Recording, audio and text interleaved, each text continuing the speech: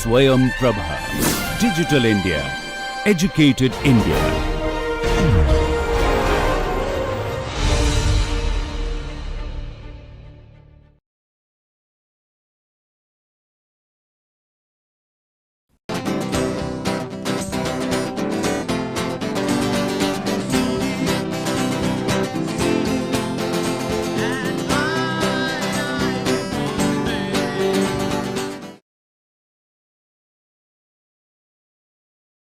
So, let us see now in this session what we have done so far.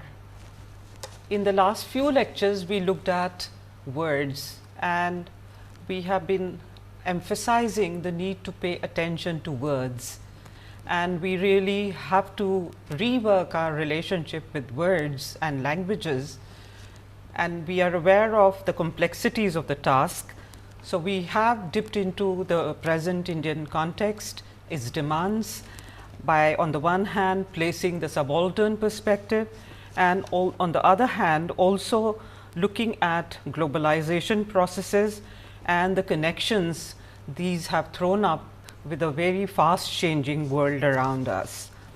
We have also looked at multilingual plurality of India and also the multilingual plurality that exists within us. We have tried to understand the locus and the nature of English as an Indian language. This we maintain is a problematic area for reasons that we have already articulated, and therefore, although English is an Indian language, but the relationship with English language will really be somewhat paradoxical, because after all languages keep changing with times, and therefore, we can rework our relationship in substantive ways.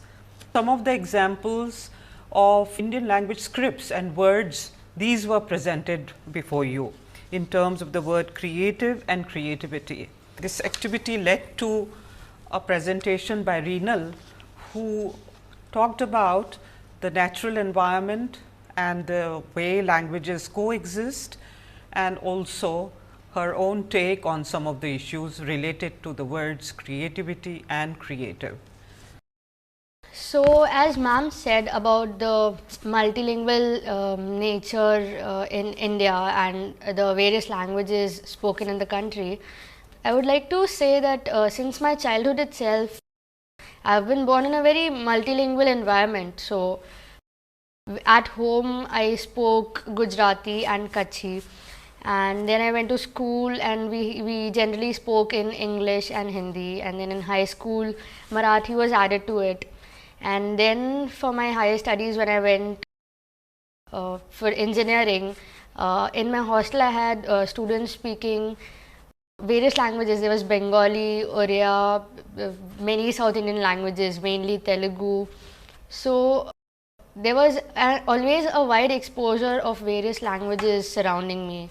It was taken for granted. I mean, I had never so consciously realized about the various languages that were spoken around.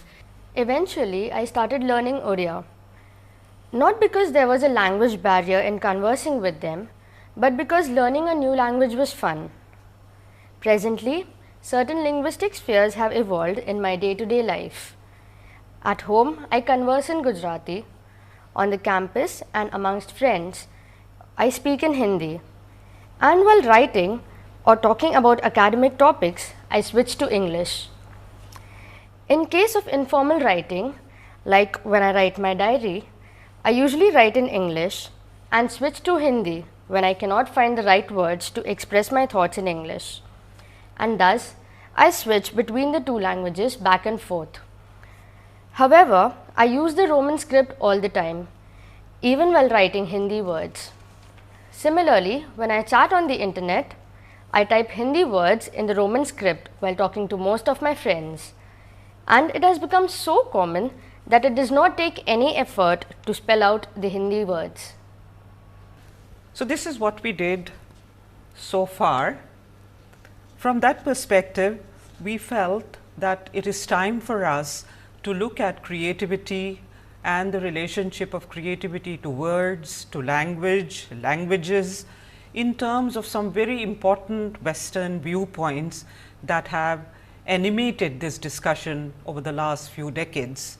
We started off by actually quoting Raymond Williams from his famous study titled The Long Revolution, where he had pointed out that this is a word in the English language with only positive connotations. And once again, it is useful to point out that although we are dipping into this very significant study and the ideas of a very important thinker, but our idea is to use it so as to develop generative exercises, because you have already dipped into some of these personal issues, personal explorations, your own environment, the Indian reality at many levels. Although this is a starting point, but you can begin to build on those experiential aspects. So, I think it is time to dip into a more systematic way of looking at some of the issues. What we have done is to look at the word culture and the word creative for our exercise today, that exercise of critical assessment and also exposure to this way of looking at analysis of the word culture and the word creative within culture. So, now let us see what Raymond Williams in his famous study Keywords, a Vocabulary of Culture and Society has to say about his own work and the approach that he has undertaken here. This analysis operates within the framework of a shared body of words and meanings of the practices and institutions which we group as culture and society. So, which are the institutions we group as society? What are the actions and activities we group as culture? And also then the notion of society. What is society? What is this institution called society? How come he chose keywords? So, the explanation that he provides, he says, well, the words selected are, they are keywords in two connected senses. They are significant binding words. I think the emphasis is on binding words. They are significant binding words in certain activities. So, they connect certain activities to some other activities or institutions. So, they are binding words, that is words that sort of actually resonate, they sort of move in the direction of many other activities. In other words, while singling out these keywords, he is actually interested in looking at their vital connection with whole lot of other activities, because after all words also represent activities, words also represent thought processes, that goes without saying. But look at the word binding, because when we begin to look at this critical perspective, I think these ways of putting these ideas together, they are very, very useful, and they will also provoke a lot of discussion and thought. Although, since I do not get to see you and I do not get to interact with you in a regular natural setting, that joy will be lost, but we can find some other ways of compensating for it. But certainly, I think this word is what I would like you to concentrate on. So, they have both the sense of binding activities, but they also have an abstract aspect where certain forms of thought are indicated by their use. So, this concrete and abstract, I think this is what he is trying to bring out in his approach. In terms of keywords, culture and creative are not the only keywords he has chosen. He has chosen 131 keywords. If my counting is correct, in this edition that I am using, he has used 131 words. And for each word, he has also given connecting words, which he has placed within this study. So, there are about 131 keywords, but I think we also need to understand something about why he chose these words and why he chose this approach of clubbing culture and society together. So, now to show you some of the resonances that we feel exist with the earlier part of our discussion.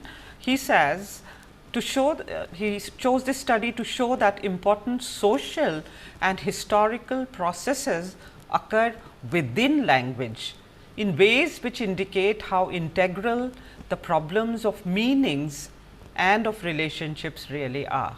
Now, this is a thought that I think would require certain amount of reflection on our part, and therefore, I would like you to stay with it, and when you follow up this lecture with the reading of the introduction, maybe it will get clarified, and we will also try and see in what ways we can re-emphasize and clarify this approach and this idea in the next module or in the next few lectures of the first module, in which we are trying to understand the general aspects of creative processes and how to trigger it, how to identify our own unique talent within whatever exercises we have undertaken.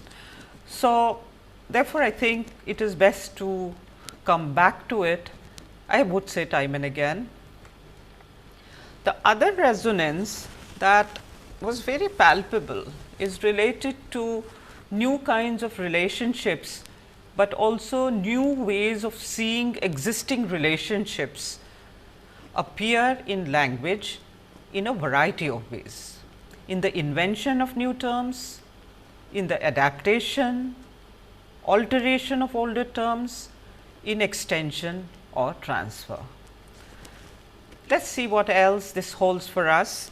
I think the important aspect of this study is related to the fact that historically the same words also undergo a lot of change, and actually in some ways this is what he labeled as historical semantics, but I think it also helps us locate the changing scenario historically for ourselves. The historical context of Raymond Williams himself is steeped in 1945 post-war Britain.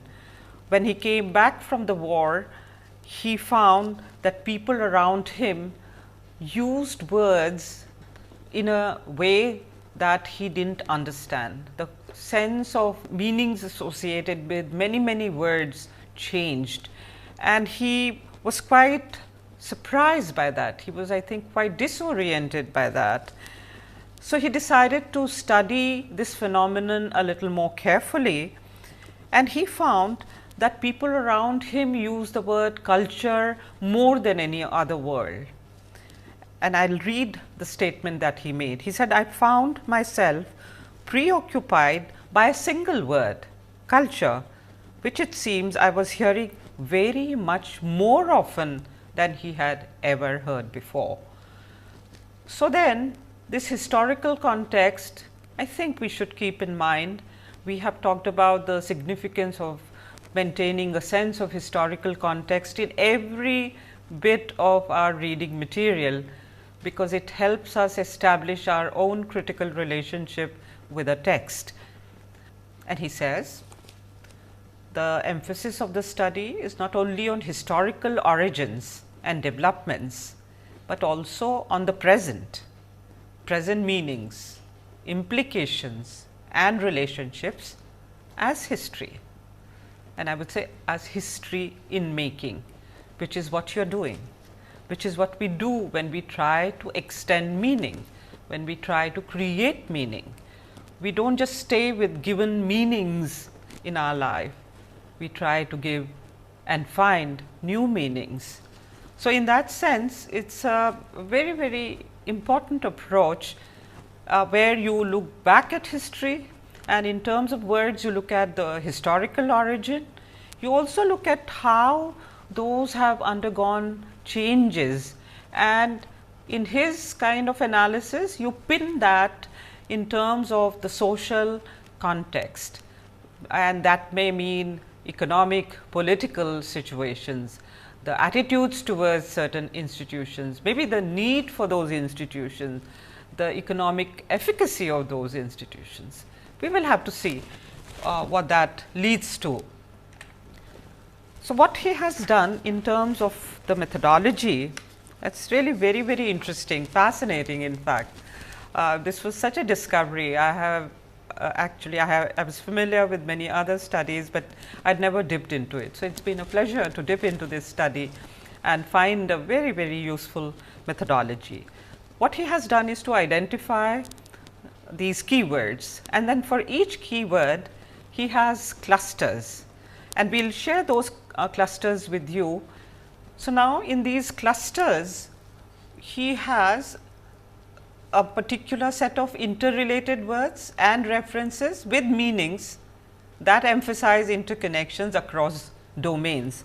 So, now I am sort of moving towards the word culture, the way he has identified the word culture, the way he has defined the word culture. I hope you will enjoy this activity. This is somewhat different from the usual vocabulary development work. If you have initiated that process already, you can share your thoughts and your concerns and your viewpoints with us. So, the word culture now. In terms of the word or the term culture, the statement that he makes is very interesting. He says, well, it is one of the 2 or 3 most complicated words in the English language. That is really quite a statement, most complicated words in the English language. Then he goes on to say, this is so, mainly because it has now come to be used for important concepts in several distinct intellectual disciplines and in several distinct and incompatible systems of thought. Part of our aim in this first module is also to try and emphasize certain degree of independence of thought. So, even when we dip into new thoughts, we want you to first look at your own responses and then look at the more systematic analysis that is offered. So, even if you interpret this in a simple surface way at this point in time, that would be fine. We would explain these ideas later on. Definitely, that is a commitment I am ready to make right away. So, the term intellectual disciplines, what are these intellectual disciplines that he has in mind? What are these several distinct and incompatible systems of thought that he has in mind? Right now, we are looking at the clusters and we are looking at the term culture in terms of its complexity. Here is the first cluster, where the word culture and its meanings are given. He points out that the word culture was used in earlier periods to cultivate, inhabit, protect, honor, worship. The other was tending, and tending in terms of both natural growth, that is crops, animals, but also spiritual mental growth. That kind of sounded really very interesting. I got quite excited by that. But let us first look at the related set of ideas. Here is related to use in works and practices of sciences, arts and intelligence. I somehow feel that there is a key here for us, and we should open a new door or a door that was not opened for some time by using this key. But let us also see the other connotations here. So, again cultivate, inhabit, protect, and then spiritual mental growth of a human being, but also a particular way of life.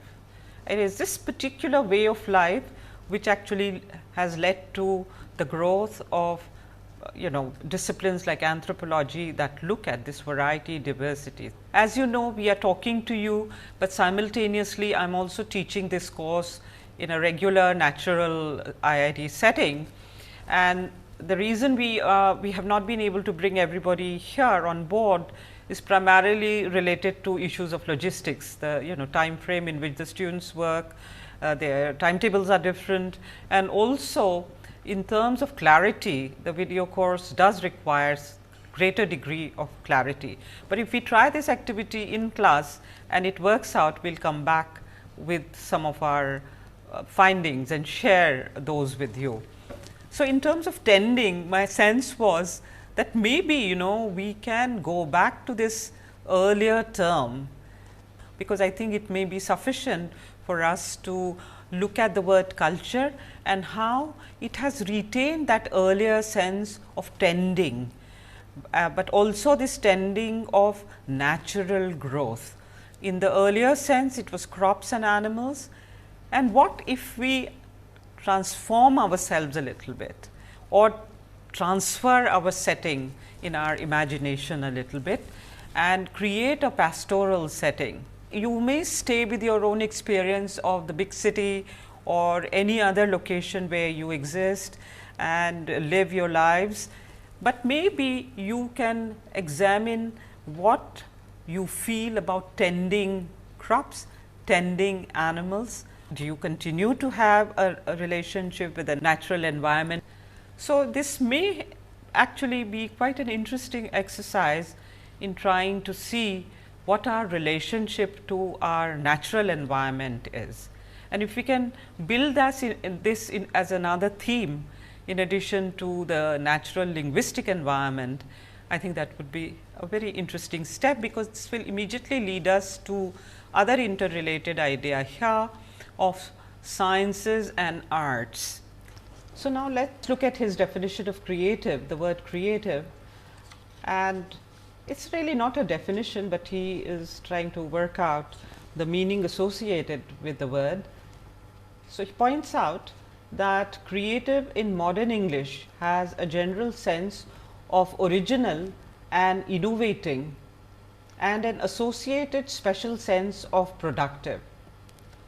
It is also used to distinguish certain kinds of work, as in creative writing, the creative arts. So, in terms of the word creative, we have fiction, we have image, and we have art. Now, I felt that it will be useful for us to look at the subdivisions in greater detail in terms of the links provided for these. So, we start with the word creative, we look at the links for fiction that have been provided, we look at the links that have been provided for image, we look at the links provided for art. So, then for the word fiction, quite surprisingly, he has given two other words, myth and romantic. The cluster for image is again quite surprising. There are only two interrelationships that he has mentioned. One is realism and the other is idealism. These interrelationships, to me on surface, are not really very clear as to why realism and idealism. Realism still makes sense. The whole tradition of mimesis, which we won't dip into right now. This word I want to pay greater attention to, the word art. So, with reference to the word creative, as you remember, this was one of the clusters, one of the words in the cluster of three that he had given. So, when you dip into it, you come back to that sense of culture and sense of tending and sense of tending in terms of intellectual practice, in terms of arts, in terms of sciences, and in in the realm of what he described as intelligence. Since we have the copyright permission from Raymond Williams' estate, let me read this longer quotation very clearly. The original general meaning of art, to refer to any kind of skill, is still active in English, but a more specialized meaning has become common, and in the arts and to a large extent in artists has become predominant. Art has been used in English from 13th century. It was widely applied without predominant specialization until 17th century in matters as various as mathematics, medicine and angling. In the medieval university curriculum, the arts, the 7 arts and later the liberal arts were grammar, logic, rhetoric, arithmetic, geometry, music and astronomy.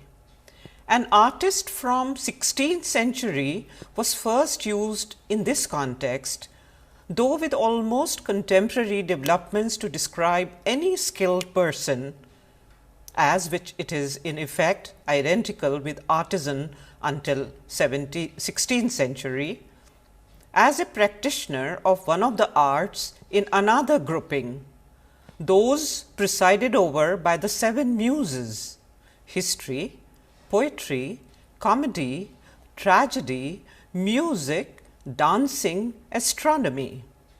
Then, from 17th century, there was an increasingly common specialized application to a group of skills not hitherto formally represented: painting, drawing, engraving and sculpture.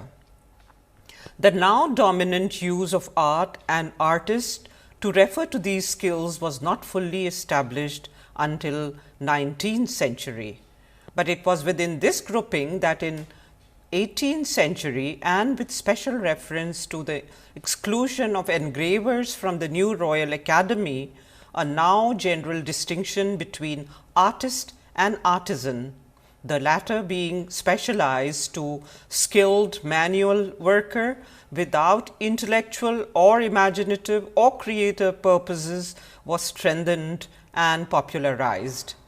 This development of artisan and in the mid 19th century definition of scientist allowed the specialization of artist and the distinction not now of the liberal, but of the fine arts. It's absolutely delightful to remember a time when the separations were not so sharp, and what we would like to do is to really see if this is a theme that we can develop further in terms of interfaces between these disciplines. For that, of course, there is time, and we also need to generate more activities, but we will definitely look forward to your participation in trying to take this sense of connections further. So, to come back to the total scene, so to say, regarding the clusters, this is how it looks, and I am not going to try and read it, I will let you look at it. Let us now turn to ourselves. So, we looked at this fascinating array of ideas based on deep critical analysis of culture and society, but how do we look at these words? My simple question to many of my students was related to the word culture and creative and the frequency of use. So, I asked them, which word do you use more frequently, culture or creative? I was also aware of the fact that often in our own languages we use some of these words. We have started using a lot of English words in our own languages also. So, therefore, the other question that perhaps I would like to pose is related to the absorption of these words in your own mother tongue. Has the word culture been absorbed? Has the word creative been absorbed?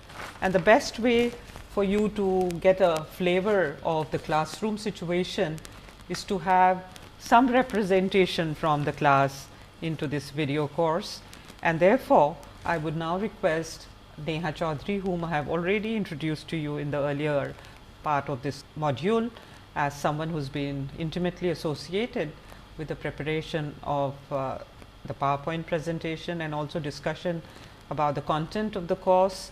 I would request her to share the flavor of the classroom participation and some of our own intentions in undertaking this activity in the class. So, now Neha would make her own presentation, and she will also give her own map, because we also requested everybody in the class to prepare their own map of creativity in terms of what kind of associations the term evokes. We just wanted them to let go, which is what we would like you to do.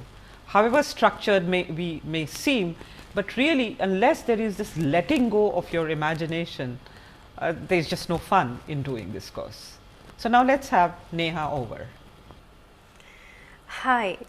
So, there is sort of inevitably a difference between how we did the activity in class and how I'll sort of present it to you here, because when we did this activity in the class, we did it before we read anything about Raymond Williams. So, we had a very instinctive response towards the kind of connotations the word creative generated and the kind of activities we thought about when we thought about the word creative. These activities are extremely open-ended, and they are deliberately open-ended, because when Professor Talwar and I began to discuss about how we will generate activities for the class to explore their sense of self and explore their creative potential, we sort of realized that it's very difficult in a structured educational environment to have people find their own different paths. So, therefore, we kept various sort of activities like the childhood activity and this map activity as a deliberately open-ended one, because we want it as an exploration on your part. So, now I will sort of move on to what different people said in their different maps about what they thought about what creativity means to them. So, most of them, in this age of the fast paced world, most of them thought that creativity is something of a flash. It sort of comes to you as a lightning idea, a light bulb glows in your head, and it's all about finding new ideas that come to you, at the tips of your fingers somehow. Another very interesting take that we had from another person in the class, he said that creativity meant to him a way of being efficient in the way you do things in your field. So, in your profession or in your work, how efficient you are and the way you are able to manage your tasks, that is what creative meant to him. Then there were people in the class who thought that creative time, the time in which you do creative activities, actually equals your leisure time. It does not equal the time where you work, or where you pursue your profession. So, it's sort of a divide between creative time and work time. And then I'll just present to you a map that I made, and I associate creativity with learning, with bonding, with fiction, technology, art, happiness, travel and cooking. Thank you so much, Neha. I mean, it's actually absolutely delightful to really have students and other participants from the classroom situation to come here and share their views and ideas with others. We'll keep doing this all the time, and since we have very little time left for this segment, let me just wrap up by talking about two books that we are going to dip into for generative activities, because so far we have not been able to share the generative activities pertaining to Raymond Williams in specific ways. We will do that, and for that we would recommend the introduction to or the use of the writer's workbook, and also Paul Dawson, who has talked about creative writing and the new humanities. These are very recent books, and I think they contain practices from different parts of the world. So, you can get started with these books, get hold of them, and we will develop our own independent activities using some of the ideas that these books provide.